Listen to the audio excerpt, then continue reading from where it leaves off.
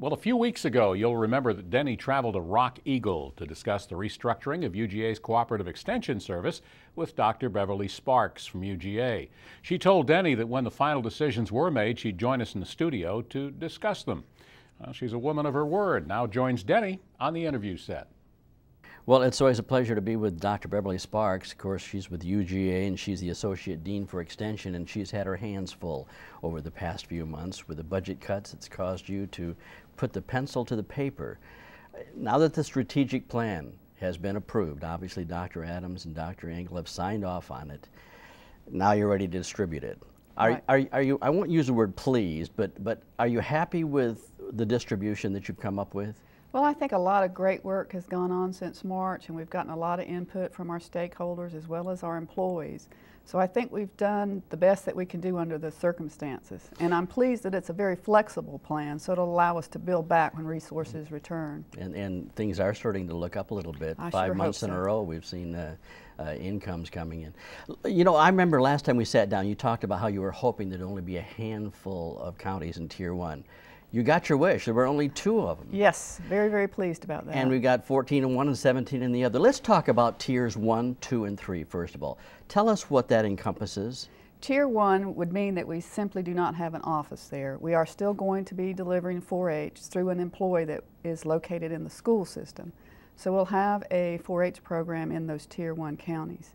Tier 2, we will have an office, but there will be no county agent in that office. We'll have an employee that can serve as an office manager and a resource manager. So when you walk in the front door of a Tier 2 county, we will have an extension employee present who can help with soil samples, water samples, forward samples. They can also assist in delivering a 4-H program in that county. When we jump to a Tier 3, we add a part-time agent that will come to that county and provide resources on a part-time basis. So the first 3 tiers, we don't have a county agent present full-time. 129 others, though, are in 4, 5, and 6. Whole different story. Briefly, tell us about 4, 5, and 6. 4 would have a county agent that works in either family consumer science, 4-H, or ag, or a combination thereof. So you have 1 agent in that county. When you jump to a Tier 5, there would be 2 agents in that county.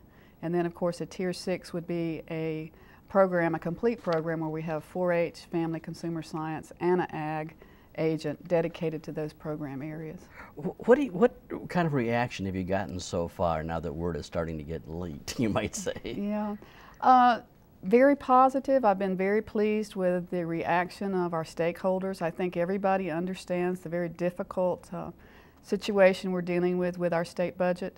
And I think that they understand that we have very limited resources. Now, if you're in one of those Tier 1, 2, or 3 counties, you may not be as pleased with us as if you were in a 4, 5, or 6.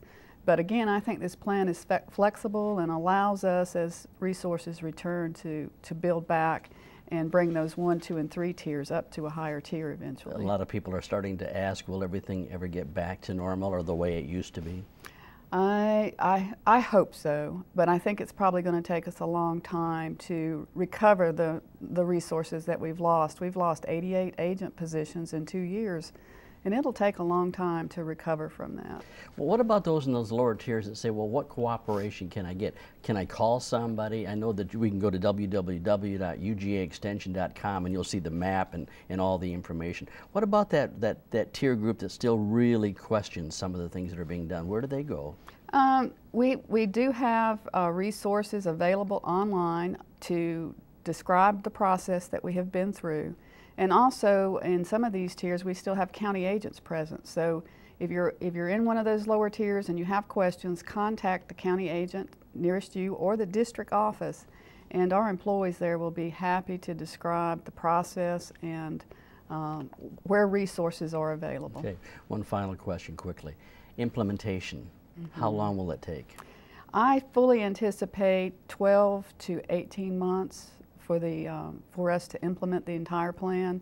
The first phase will be announcing the positions, the highest priority vacant positions that we have, and that will happen very quickly, and we'll move agents within our system to those high priority positions. Okay.